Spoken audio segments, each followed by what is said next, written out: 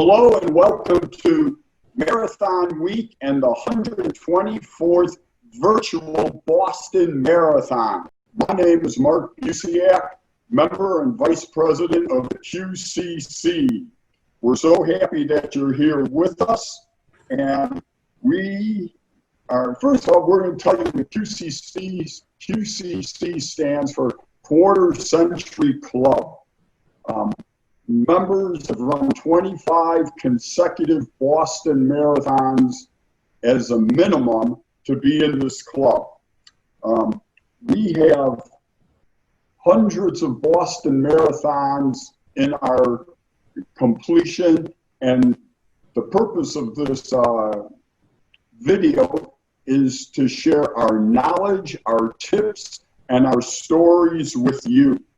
So sit back, relax, be ready to get some education, some tips, some humor, and some stories.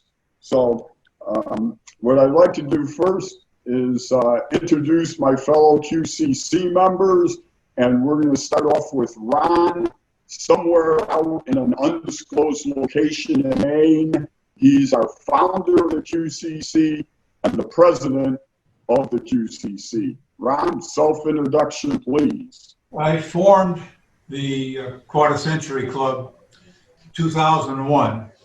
It was supposed to be to honor the achievements of Johnny Kelly. He, of course, is Mr. Boston Marathon, 58 finishes. He had 24 consecutive year streaks. So when I started out, we started out with 24 years as a minimum.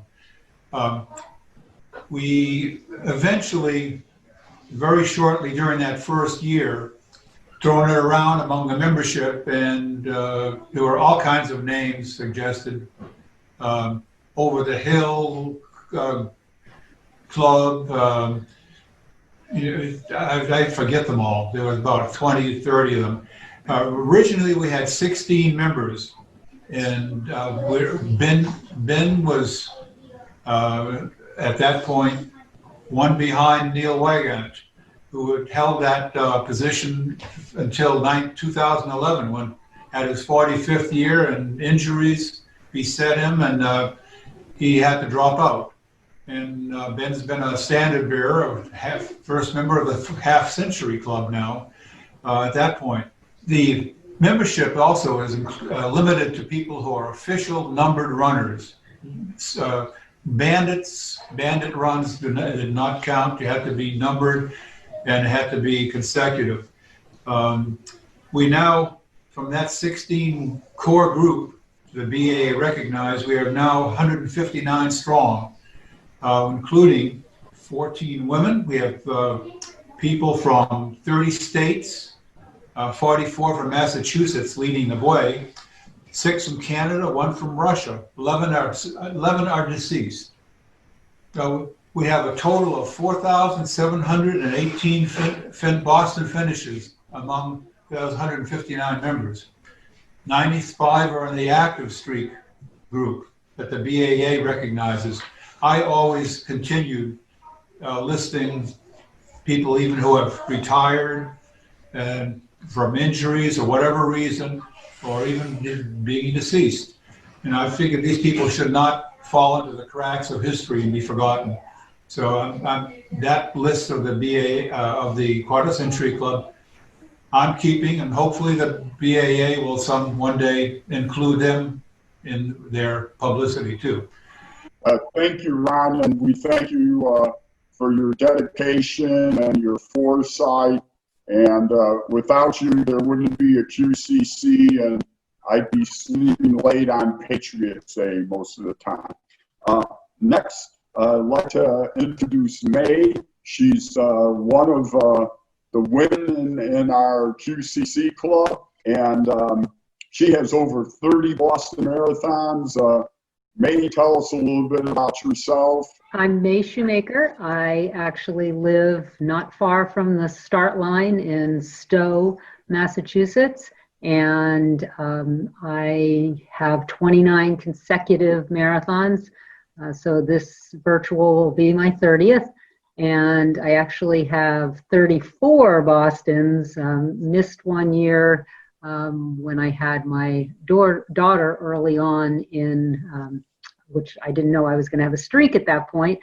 So waiting for her to run, 3 of my children have actually run Boston as well, waiting for her to close out the family with running the marathon. So near and dear to my heart, start line right there. You can't miss it.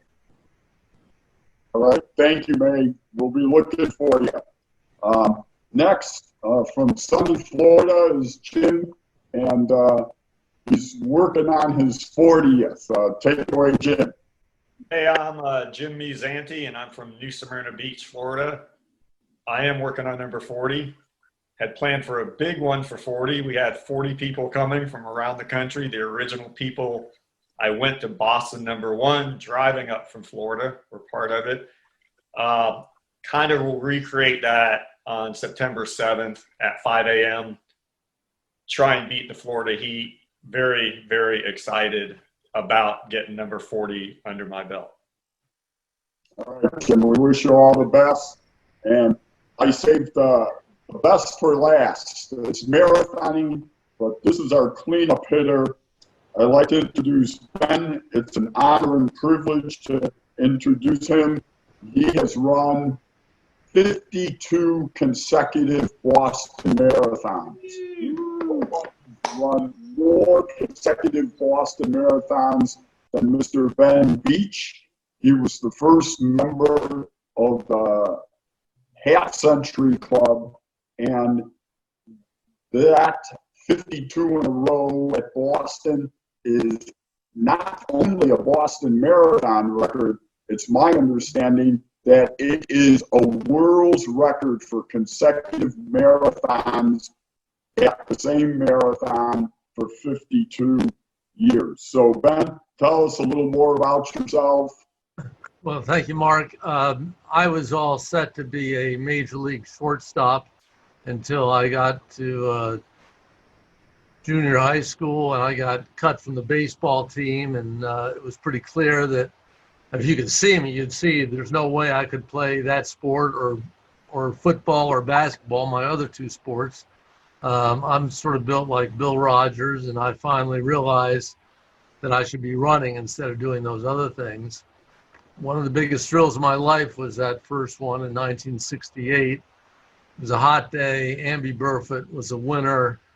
I didn't know if I could go that far. I've got this little card here that has all my training for that day. I didn't know anything. I started at 3 miles and built up to 20 2 days before the race. In those days, the marathon was on whatever day April 19th was. It was a Friday that year. This had worked out, and so I'm running down that final stretch to the Prudential building where we finished in those days. Looking forward to my beef stew and the shower and all that. And here's a guy who's sort of a washout athletically, and suddenly there are thousands of people cheering me, and my name's being announced. And it was just an amazing moment. And as exciting as it was, I said afterwards, that's it, I'm not going to do this again. But I think a lot of us feel that way. And I came around and decided to keep at it. I wasn't trying to do a streak until much, much later. And that's based on my times have ranged from 2:27 to 6:05, which is what I did last time. And I'm embarrassed by that, but I've got this dystonia, which is a movement disorder, which has screwed up my gait. So I just do what I can.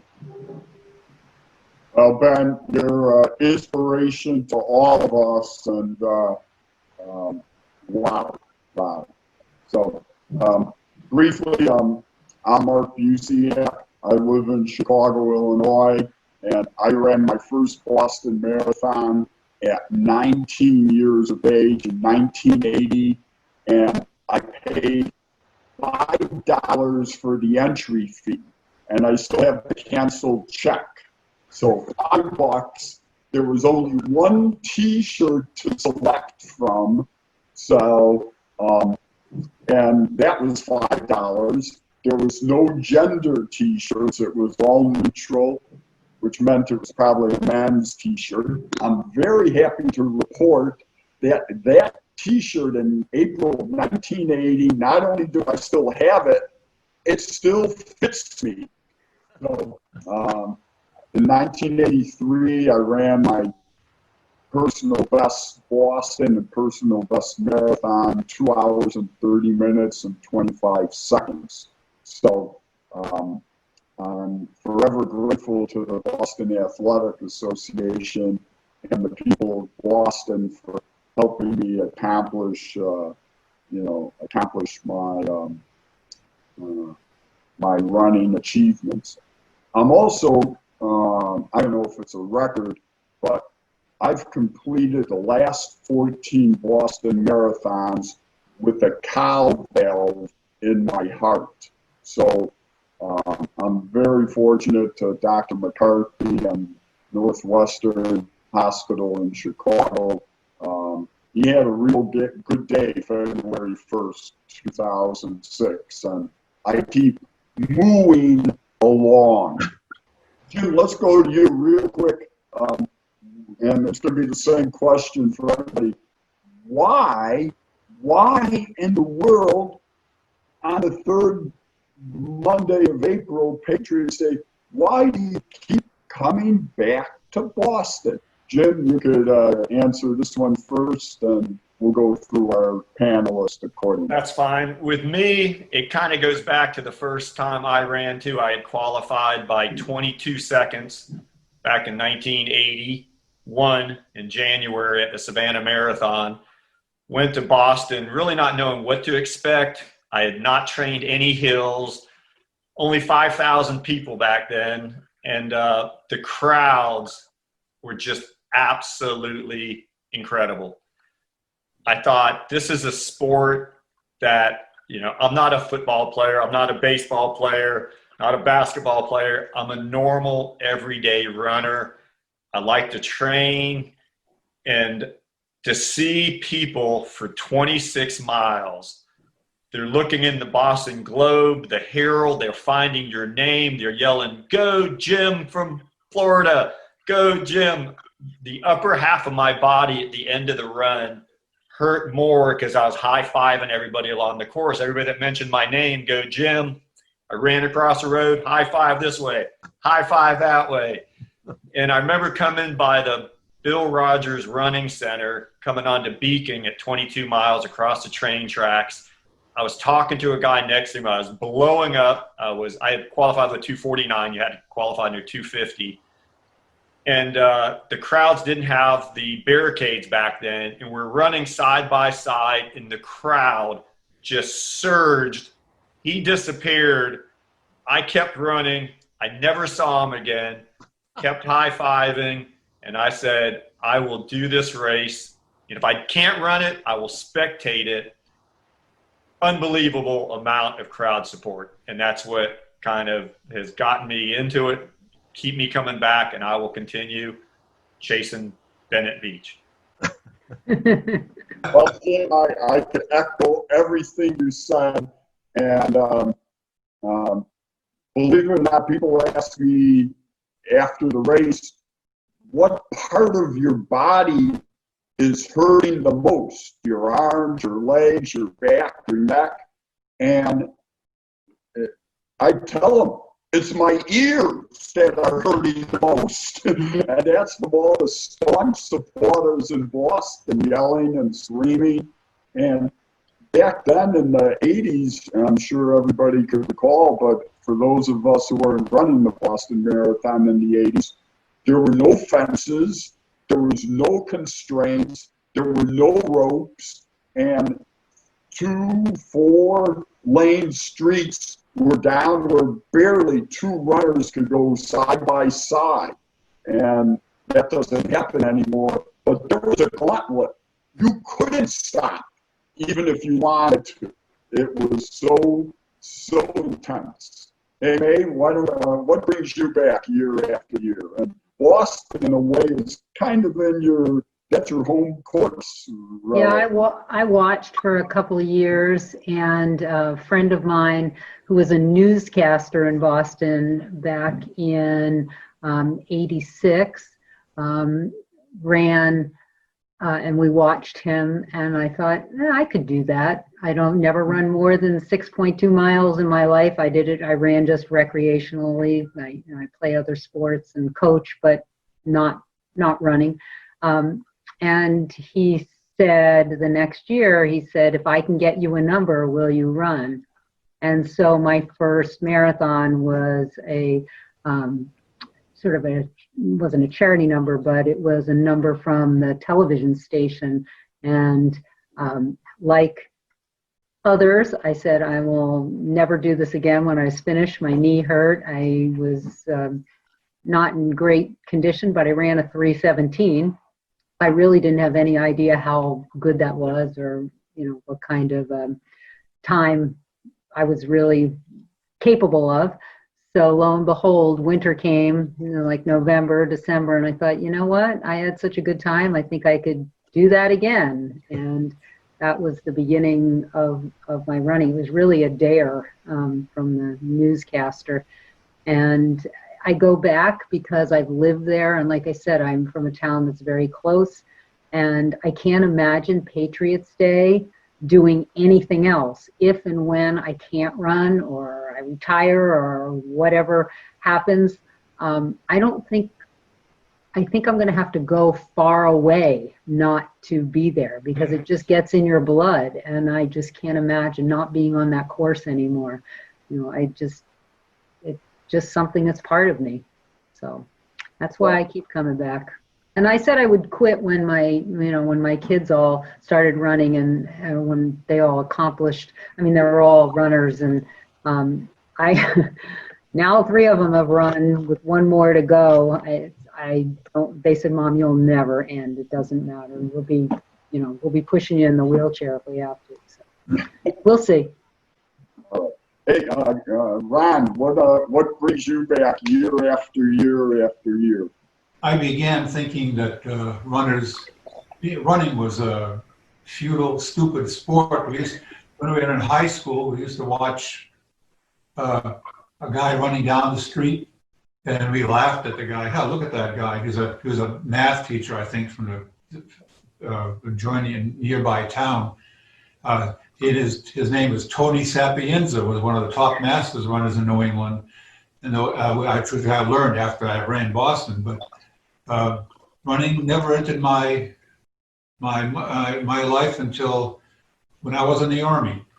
We were drafted and had to run in basic training. The guy kept running after me, trying to make me run faster to get under the 8-minute mile limit. After that, I read Ken Cooper's book, in aerobics, and that's what got me started, taking a 12-minute test while I was still in the Army. But I left, and it was the inspiration of seeing a fellow artist diploma student at the New England Conservatory finishing about 2:45. I just happened to be stopped at Mass Avenue trying to get home. I was having a lesson at the conservatory. At the time, I was coming home, and I saw him there, and I said, gee, I can do that. I want to do that. So that started me going, and when I finally qualified, 74, I ran my first Boston with a stress fracture. Had my ankle all taped up. Couldn't run that too well, so I took it off that morning. After 8 miles, the pain went away. I did a 3:20 that year, and again, I live pretty close to Boston. I'm 25 miles from Boston, and about a 45-minute ride down to Hopkinton. So I'm an obsessive compulsive kind of guy. Once I get something going, I guess most of us, otherwise we wouldn't be doing this for over close to half a century. At least Ben is past that. I'm getting close to it. Just part of my life. Running Boston every year. April is Boston Marathon time. And in 1999, when I Neil Wagant and I teamed up just after Boston College, and we ran together the last 6 miles. He had remembered me from an 100-kilometer race. I guess we ran down in Lake Warramog. So he said, "Okay, let's run together." We got down to the last quarter mile. I said, "Shall we finish together or we race it?" So we finished together that year. And that's what that picture, the two of us finishing, was in the BAA program that year that they honored Johnny Kelly, and that was the 2001 program that we, after I then formed the Quarter Century Club. So it's just part of who I am. Boston, I just can't imagine not going to Boston. Mark had his, about the same time Mark had his heart valve. I had a heart attack, that's 2007. But I had it early enough on Thanksgiving Day to still recover in time for Boston, so I never missed my streak. And I just imagine I'll keep going until, right now I'm suffering from an Achilles tendon problem, so I'm only running about 2 miles a day. So I'm not going to be doing the virtual. I'll have to wait till April, but hopefully I'll recover. Yeah. Well, thank you, Ron. Ben, what keeps you coming back? We know everything about the staunch supporters, but anything else you'd like to add? Well, as May said, it gets in your blood. I've been doing it since I was a teenager, so it's hard to stop. It's part of my identity, and it's a unique event, as we've all learned quickly. It's got all that history to it. It's got those Boston fans. It's well organized. It's a spectacular course. It's a great time of year in a city with a lot of esprit de corps. It's just, there's nothing like it as far as I'm concerned. And so as long as I can keep moving, I hope to be there. Yeah, thank you, Ben. I'm going to interject something. Ben pointed it out. It is an outstanding event.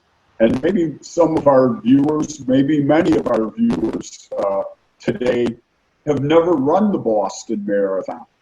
You do not have to run the Boston Marathon to experience Boston Marathon weekend under normal circumstances. It's one of the greatest sporting events, and you don't have to buy a ticket. I encourage people to come out when we're back on the roads, back on the streets of Boston, to come out and just come out for the weekend, and I guarantee you, you will have a wonderful time. So, our next topic, and we may be not experts on it, but we may have our secrets. We're going to share them with everyone, is longevity. So all we need is not a story necessarily, but just 1 or 2 things that keep us running. And I'm going to start real quickly. The basic thing that has kept me running, and I alluded to it earlier in the video, I go for my annual physical every year and make sure it has an EKG. Without that simple test, somebody else would be the moderator today. So, and did you know, let's have a marathon fact. Boston Marathon required all runners to have an physical on the morning of the marathon. Now, granted, this was back in the 1920s and 30s, I believe, and they didn't have 2,000 or 22,000 runners. Maybe they had 200 runners. But everybody would get a physical in the gymnasium in Hopkinton before they could head to the starting line. So the BAA doesn't do that, otherwise it would take too long, obviously. But it's so important that you go for your annual physical and you tell your doctor, I'm a marathoner. Is there any reason I shouldn't do it? Jim, why don't you continue? What's a quick tip or 2 for your longevity? My longevity definitely is cross training. I've always been a bicycle rider, a kayaker, canoe, swim. I live on a lake. I swim just about every day. So with me, it's just been doing a little bit of everything. Obviously, the most is running, but almost every day I go out for a bike ride too. And by 4 to 5 days a week, I do a swim for the upper body. I think with me, it's orange juice has been my key ingredient. My dad was a citrus grower. I've drank orange juice fresh every day of my life, really. And I think I've never been sick, never missed a day of work in 18 years.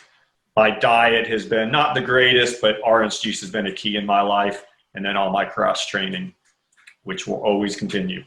Very good. Thanks, Jim. Ben, you want to jump in? What keeps you cooking? I would second that cross training most of all. Probably 25% of my exercise is running and the rest is other stuff. I run only every other day. I used to run every day, as most of us do or did. And I stretch a lot. I'm still inflexible, but I figure I'd be even worse off if I didn't do what I do. Okay, very good. Yeah, Ben, I used to run 90, 100, 110 miles a week, and now I'm doing 40 or 50, so less than half. And cross training really helps. You have to run smarter, not harder. May, what do you have for us? I do run every day, but I think my number one thing is I try to listen to my body, and I don't run with a watch, which something, unless my kids are telling me we want to know where you are kind of thing. But I found that, if I just don't feel like pushing myself, I don't, because my body's telling me not to. And if I feel like I got it in me, I might go an extra 4 miles, whatever. But I really try to listen to what my body is telling me. And, I'm not concerned about time, especially at this point in my life. I just want to be able to run another marathon. And, I've run several other marathons. Obviously, nothing compares to Boston, and I only want to be healthy. I was diagnosed with breast cancer 10 years ago, and I actually, my doctor said, run your marathon, I'll meet you at the finish line, and took care of it after that. So, I really try to keep running because it keeps me mentally healthy as well, but I just, I just try to listen to what my body's telling me to do. Wow. Well, you're amazing, survivor of cancer, and you're out there doing it. So I didn't miss a day when I'm going through chemo. I walked some of it. It's just like the marathon, running gets in your blood. And I said, you know what? If something's going to happen to me, I want it to happen doing the things that I love to do. And so I kept going, and my doctors were fine with it. And it's actually helped, with all the medication and the drugs, that they're actually, as far as bone health and everything else, they're saying we don't have to worry about you because you're running. So. Okay. Keep up the good work. And I'm sure you'll be ahead of me too, so I'll try to catch you. Ron, you're up. Well, I'm sort of just at this point, a very pale reflection of what I used to do. I always had an 8-week focus period of training before Boston. I always did every Monday before the 8 weeks prior. I did a 20-miler every Monday morning, and then tapered down ahead of before Boston. Right now, I'm going to be 78 in about 3 weeks. So, and with the Achilles problem I mentioned the obsessive nature of people, most of us in the Quarter Century Club. The other streak I had 1 day short of 32 years, but I hadn't missed a day of running either. And then I had my heart attack in Dee McGilvery's Thanksgiving Day race. But now I have another streak going that's almost 13 years. So I'll go out every day. I have no secrets to impart. At this point, I'm just wanting to be there on the third Monday of every April, and finish this race. So far, I've managed to average for the 46 finishes I've had. My average is about 3 hours and 48 minutes. So it's incredible that that's still that low when I consider the last 5, 6, 7 years I've been getting close to the 6-hour range. Last couple of years, Ben and I have been together when about the 23, 24 mile point. Once I thought, gee, I beat him this year, but when we did the net times came by, he beat me at that point. But I'm just, I do not do any stretching. I should. Every time my wife keeps telling me I should be stretching. I know I should, but I don't. I just go out and run because, okay, I've only got so much time to run. And it's a very short period of time I'm running. One couple of miles a day is all I'm doing now. So, but I just won't miss it. Even though a couple of doctors have told me for the Achilles tendon, stop running for a while. I can't do that. So I'm just going to run as little as possible, and hopefully this will recover by next April. So I don't have any. I wish you the best, and if anybody has an injury, this is a good year to have the injury. So you get it that way. So our next topic, and this one could go on for like days and weeks and years. What is your most fond memory at the Boston Marathon? So, Ben, you want to start off? I think the one I mentioned earlier, that first year when I was so pleased that I could finish faster than I thought I could. And it is hard to come. I mean, every year is a thrill to go down that last stretch for sure. And there was one moment about 10 years ago that sticks in my mind. I was running through, I think, Framingham, but I can't recall. I've forgotten most of what I've done in all these races.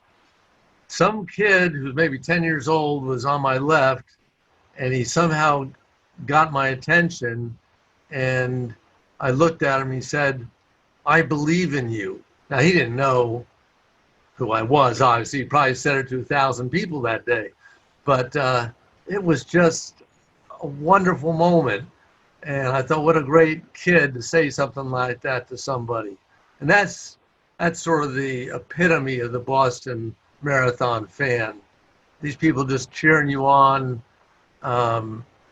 They're smart, and about the course and the race, and they say nice things.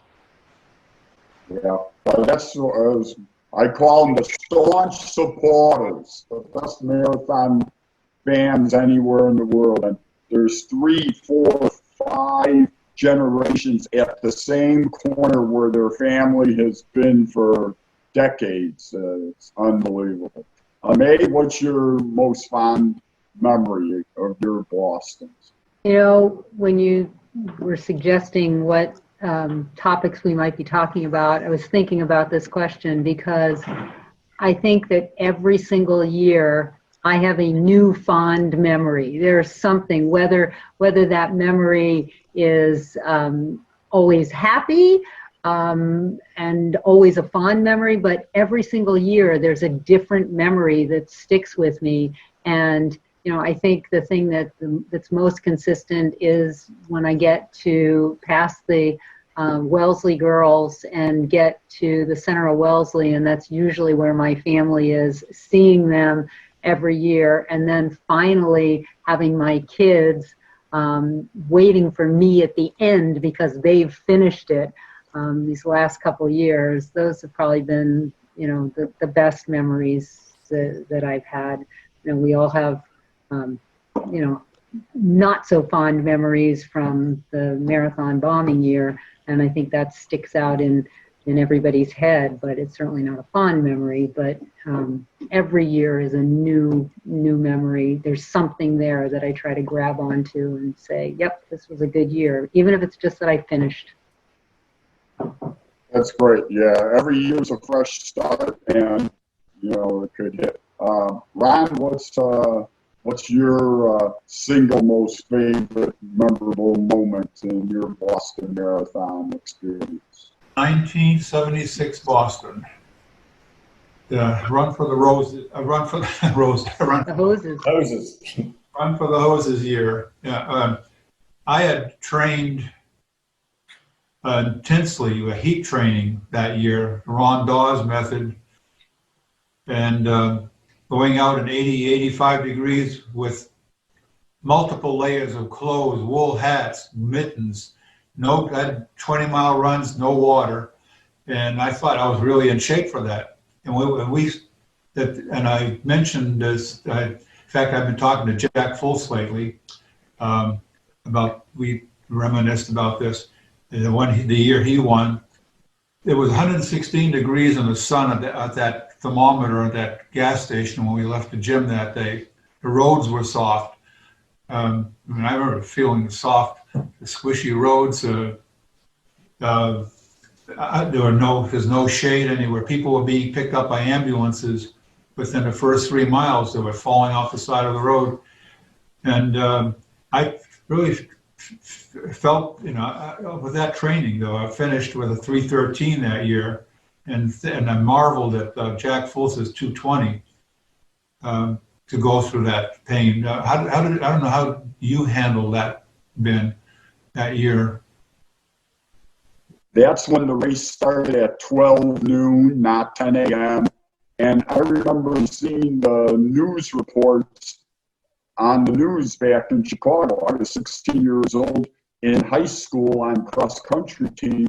And I looked at that and I said to myself, I will never run that race in my life. Well, things changed. That was a tough year.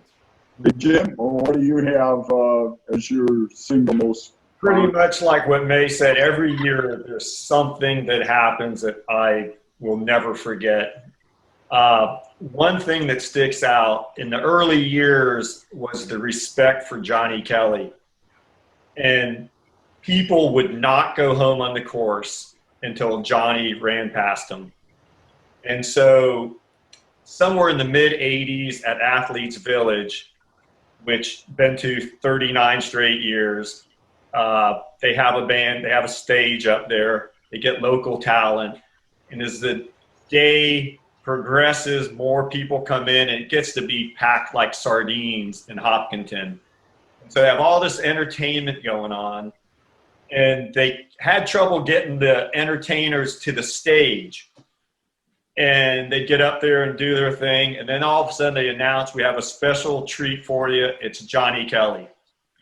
And it was in one of his latter years, and they had him in a golf cart, and everybody between him and the stage, the crowd parted like Moses parting the Red Sea. He went up on stage and he starts singing, dancing, leading everybody in songs, doing little ditties, and everybody, it just makes you want to run seeing somebody like that. He throws out the first pitch at the Red Sox game. He was everywhere. And I'll never forget him up on stage, just entertaining 5,000, 8,000, 10,000 people that day. Just touched me. And the respect of all the Boston Marathon spectators of never going home till he passed them. I thought a tribute to a great man. And back then I was thinking I will follow his footsteps to keep running Boston as long as I can. So that's it. What a great memory, Tim.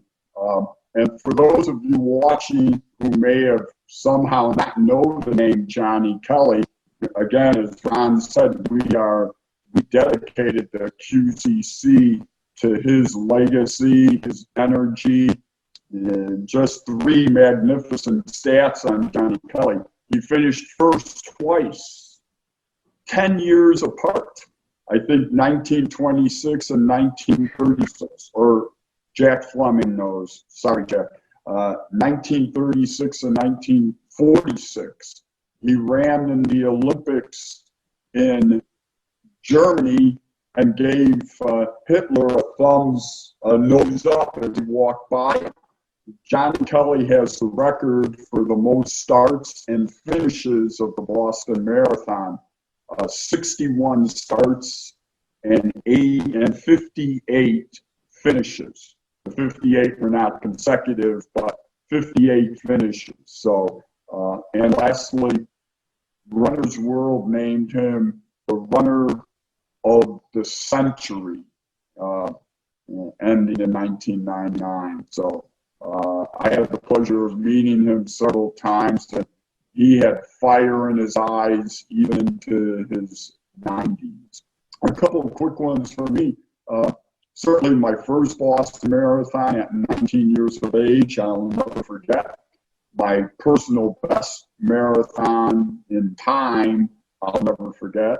1981, my second Boston Marathon. My parents came to see me run, and they were at Boston College at the top of Heartbreak Hill.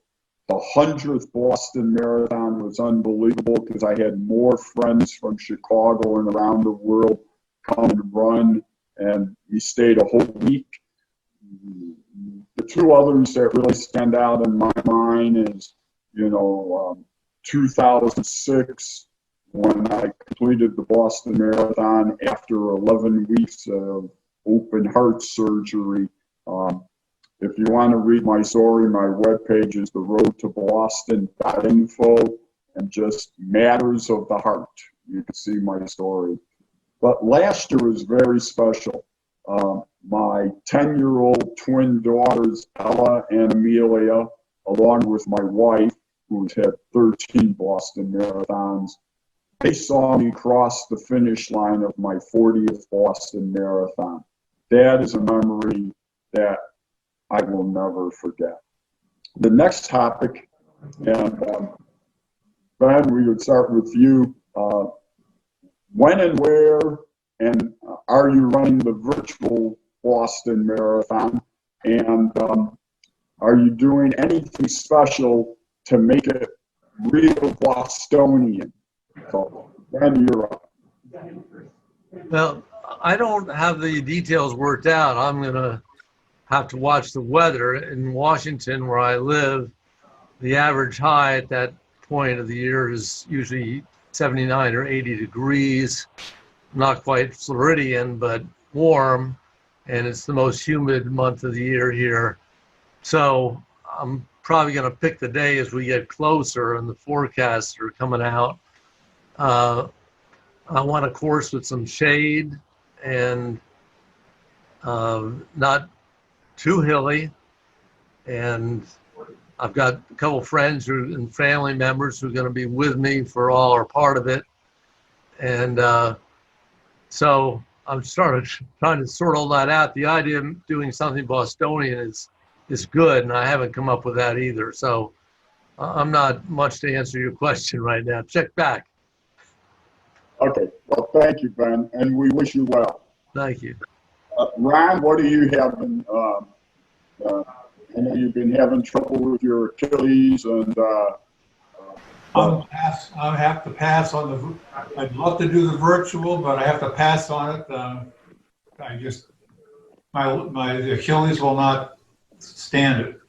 I'm just going to have to wait for it to recover, and wait till next year in April. So I'm probably the only one that's out of this group here that's not going to do it. So I'll have to I'm passing. well, we wish you a full recovery, and as I say, if you had to be injured, this is the year to be injured. And according to the BAA, and not only for QCC members, but all marathoners, my understanding is the ruling is if you run the virtual according to the guidelines, it counts as another marathon in your streak, If for whatever reason you do not run the marathon, the virtual Boston Marathon, for whatever reason, it does not count negatively, and your streak will maintain and stay intact. Okay, Nate, you're up. What's your plan? Well, I've been spending most of the time at my house in New Jersey, not in Massachusetts, since we were forced to quarantine from COVID, and so I had to teach virtually from New Jersey, and I still haven't been back to Massachusetts.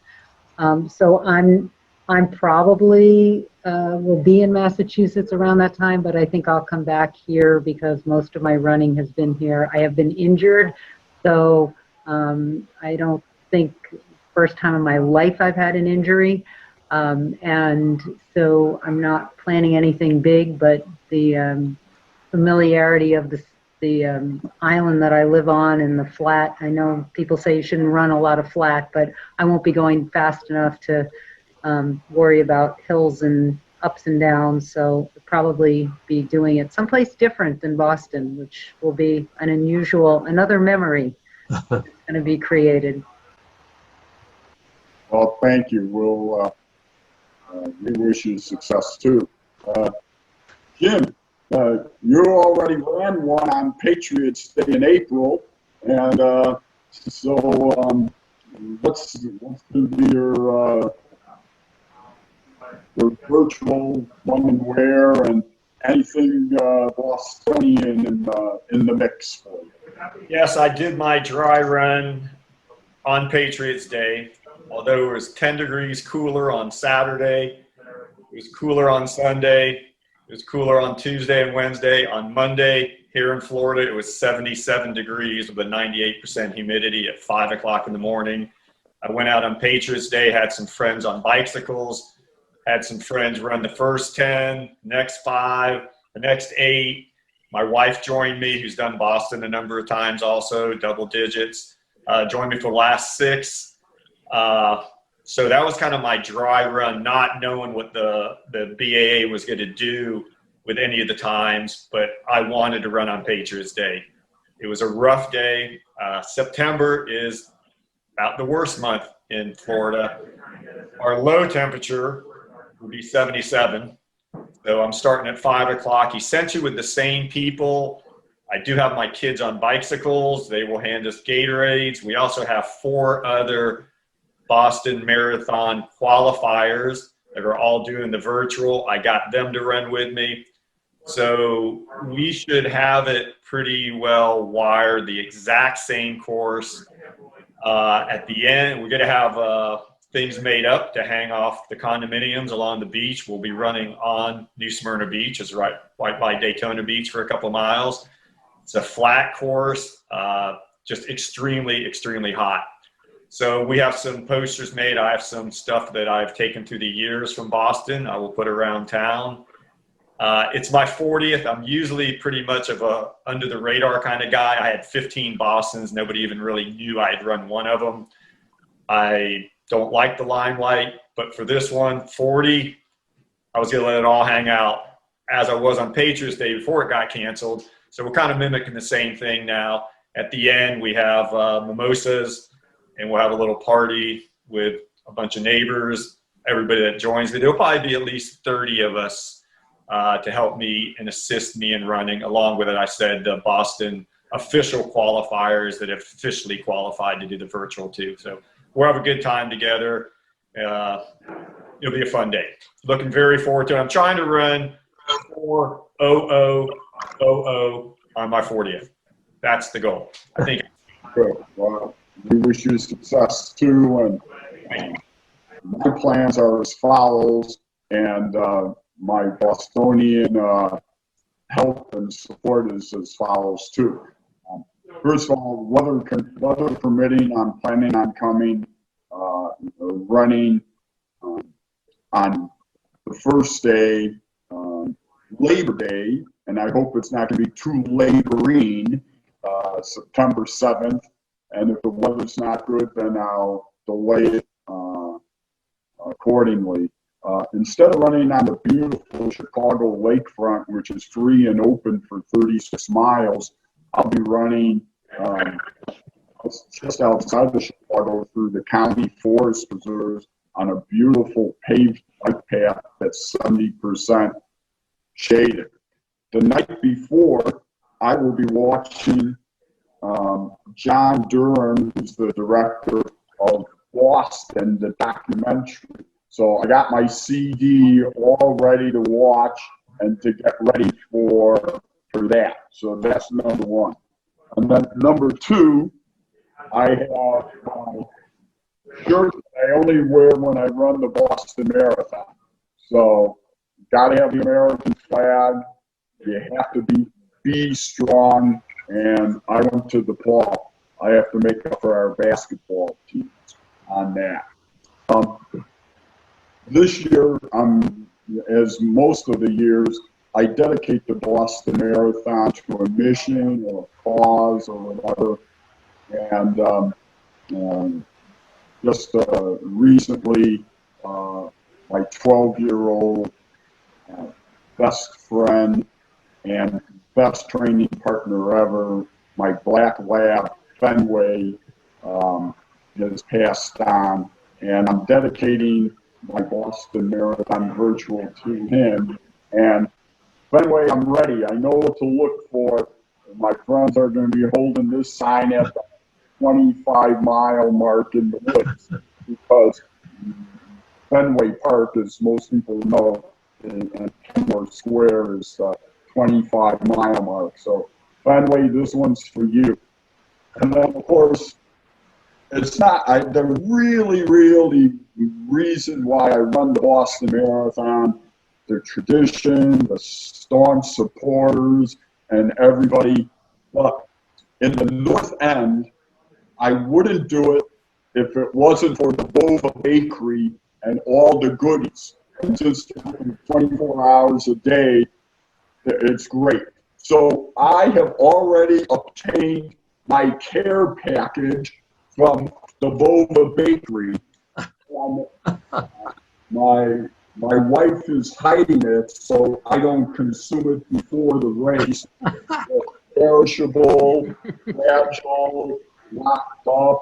But anyways, so this, I'm not going to beat Ben. I'm not going to get a banana, but I'm going to have a cannoli and a peanut butter bar and tiramisu and whatever else is in it.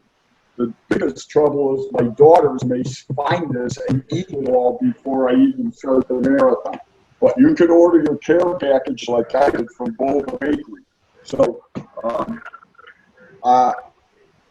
besides bringing in an airplane of Wellesley women and Heartbreak Hill, I think I got everything.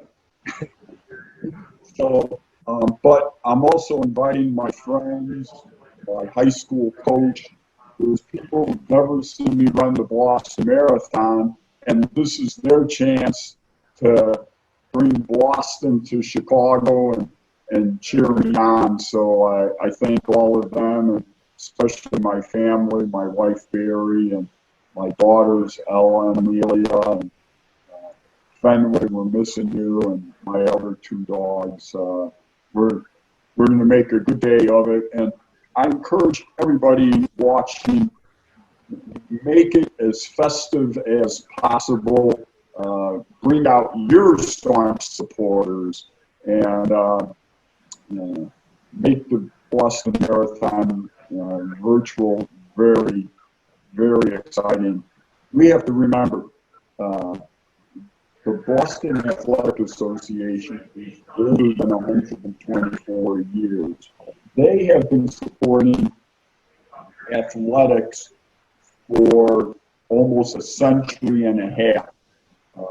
Tom Brill, Gloria, Jack Fleming, they have been supporting athletics and particularly the marathon and running for over a century. And now it's our turn as runners to show our support for the Boston Marathon by taking it to our neighborhoods and our areas and showing sportsmanship and support during very difficult times. This is certainly one of the most challenging Boston marathons for all of us, but we're going to show the spirit of the Boston Marathon, be it in Florida or Maine or Maryland, Washington, D.C., or Chicago. So let's, we're tough and let's show them our stuff. So anyways, I'd like to thank May and Ben, Ron, Jim, for your insights. And we'd like to thank our viewers for signing in and watching us. If you have any questions on the QCC or training, feel free to contact me. roadtoboston.info is my webpage. I'd like to thank the BAA for their help, to PK for inviting the QCC members and myself to put forth this video, and we wish you happy and safe running. Let's say goodbye from the QCC. Thank you. Bye. Good luck, everybody. Yeah. Keep running. Stay young. Yeah. Forever young. Remember, this is Boston, the Quarter Century Club. Only one person can actually win Boston, but this is every Boston Marathon runner's opportunity to join something. It says Boston Everyman's Club.